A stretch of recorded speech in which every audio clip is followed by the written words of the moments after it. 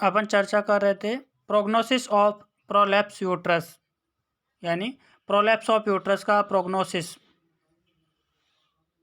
तो इसमें जो प्रोलैप्स है उसमें कितना नुकसान हुआ है, किस प्रकार का इन्फेक्शन है, उसके आधार पर अपन उस प्रोग्नोसिस की मतलब भविष्यवाणी करेंगे प्रोलैप्स ऑफ यूट्रस की, कि पशु इस बीमारी से ठीक हो पाएगा या नहीं हो पाएगा।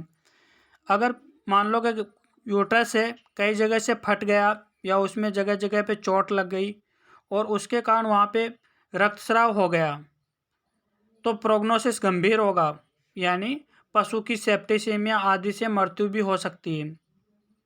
पशु के बचने की संभावनाएं जो कम हो जाती है और वहाँ पे रक्तस्राव होने के कारण क्या होगा कि सेप्टिसीमिया हो जाएगा और सेप्टिसीमिया के कारण पशु की मृत्यु तक भी हो सकती है।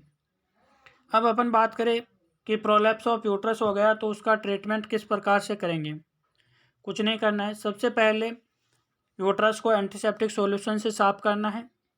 एंटीसेप्टिक सॉल्यूशन से साफ करने के पश्चात पशु के कॉडल एपिड्यूरल एनेस्थीसिया लगाना है। पशु के कॉडल एपिड्यूरल एनेस्थीसिया लगाना है और उस एनेस्थीसिया के रूप में अपन लिग्नोकेन, प्रोकेन, इसमें से कोई सा भी एनेस्थीसिया है, ट्रैंक्विलाइजर वगैरह, वो काम में ले सकते हैं। एनेस्थीसिया लगा दिया। एनेस्थीसिया लगाने के बाद यदि गर्भाशय के ऊपर किसी प्रकार के कोटिलिडेंस या प्लेसेंटा का कोई पार्ट लगा हुआ है या कोई मवाद वगैरह है, इन्फेक्शन वगैरह, तो उसको वहाँ से हटा देंगे। यदि गर्भाशय कहीं से फट गया या फटा हुआ है तो गर्भाशय के फटे हुए भाग पर एब्जॉर्बर सूचर से टाँके लगाएंगे।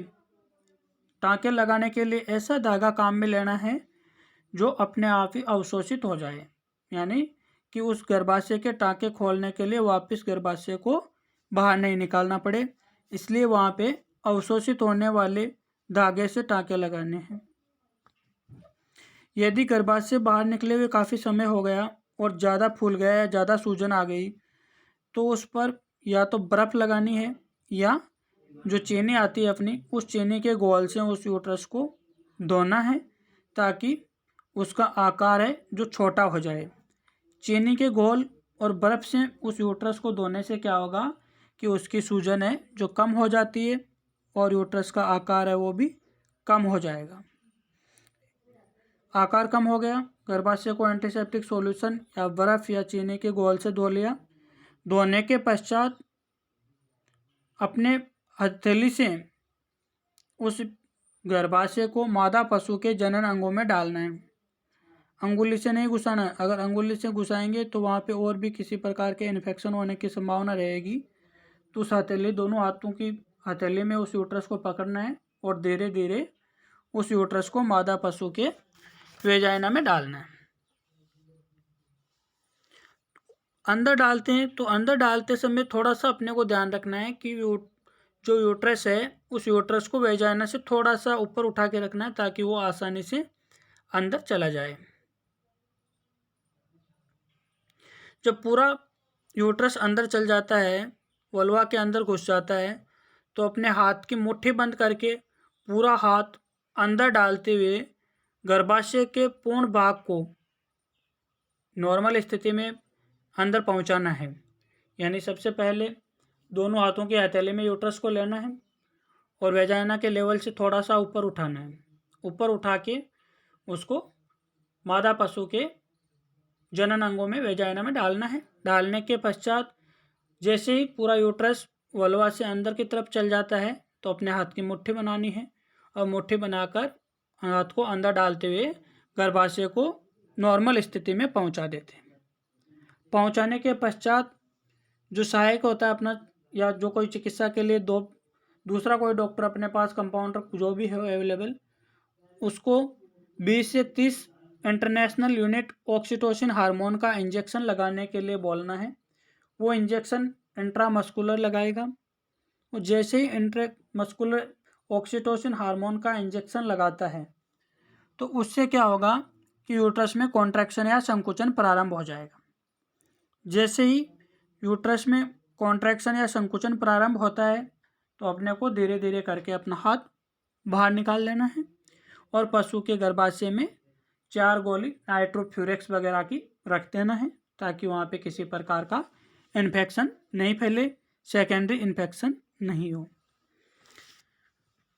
बाहर निकाल लिया हाथ। बाहर निकालने के पश्चात अगर अपने को वहाँ पे लगे कि यहाँ पे सूचरिंग करना अनिवार्य है या टाँके लगाने चाहिए तो अपन वल्वा पर वर्टिकल मैट्रेस सूचर लगा सकते हैं। ये क्वेश्चन कई बार पूछा जाता है कि प्रोलैप्स ऑफ यूट्रस में किस प्रकार के टाँके लगाए जाते हैं। तो प्रोलैप्स ऑफ यूट्रस में वर्टिकल मैट्रेस सूचर लगाया जाता है। लगा दिया। उसके पश्चात पशु में क्या होगी, वीकनेस आ जाएगी, कंपन होएगा, बेचैनी होएगी। तो इसलिए पशु को 450 ml कैल्शियम बोरोग्लूकोनेट इंट्रावीनस देना है। आईवी के माध्यम से 450 ml कैल्शियम बोरोग्लूकोनेट चढ़ाना है उसके पश्चात कोई एक एंटीबायोटिक इंजेक्शन लेना है और एंटीबायोटिक इंजेक्शन भी ब्रॉड स्पेक्ट्रम एंटीबायोटिक होना चाहिए, जैसे ऑक्सीटेट्रासाइक्लिन वगैरह। ये 3-4 दिन तक उसको 10 से 15 ml 20 ml के लगभग इंट्रामस्कुलर या आईवी अपन दे सकते हैं। इसके अलावा एनाल्जेसिक इंजेक्शन है वो भी 15 से 20 ml देना है बड़े पशु को। इसके साथ साथ एंटीहिस्टामिनिक इंजेक्शन एविल और सीपीएम के नाम से आता है, वो भी अपन 10 ml इंट्रामस्कुलर देंगे 2-4 दिन तक। और मान लो अपन ने नॉर्मल ट्रीटमेंट कर दिया, यूट्रस को अंदर डाल दिया, वर्टिकल मैट्रेस सूचर भी लगा दिया, लेकिन फिर भी अगर पशु बार बार जोर कर रहा है या वापस पिछले हिस्से से जोर कर रहा है और गर्भाशय को बाहर निकालने की कोशिश कर रहा है, तो पशु के 5 ml ट्रैंक्विलाइजर जैसे सिक्विल वगैरह है वो आईएम लगाना है ताकि पशु शांत रहे और आराम से खड़ा रहे। लेकिन पशु के खड़ा रहने के लिए ऐसी व्यवस्था करनी है कि पशु का अगला हिस्सा मुंह की तरफ से नीचा हो और पिछला हिस्सा थोड़ा सा ऊपर हो, ताकि जब पशु आहार वगैरह खाए तो उसके दबाव के कारण भी यूट्रस वापस बाहर नहीं आ सके। इसलिए जो पशु का बांधने का स्थान होता है, जो खूंटा होता है, ठान होता है, उसके आसपास ऐसी व्यवस्था होनी चाहिए कि पशु के आगे का हिस्सा नीचा रहे थोड़ा सा और पीछे का हिस्सा थोड़ा सा ऊपर रहे। तो उसका जो आवाज़ है वो कुछ कढ़ाई नुमा होना चाहिए। कढ़ाई कैसी होती है, बीच में से गहरी, नीचे से गहरी होती है और ऊपर से चौड़ी फैली हुई होती है। तो उसकी भी जो बैठने की, खड़े होने की व्यवस्था है कुछ इस प्रकार से करनी है। तो इस प्रकार अपन प्रोलैप्स ऑफ यूट्रस का ट्रीटमेंट कर सकते हैं और पशु को इस बीमारी के से बचाया जा सकता है। और प्रोलैप्स ऑफ यूट्रस के कारण पशु की मौत तक हो सकती है।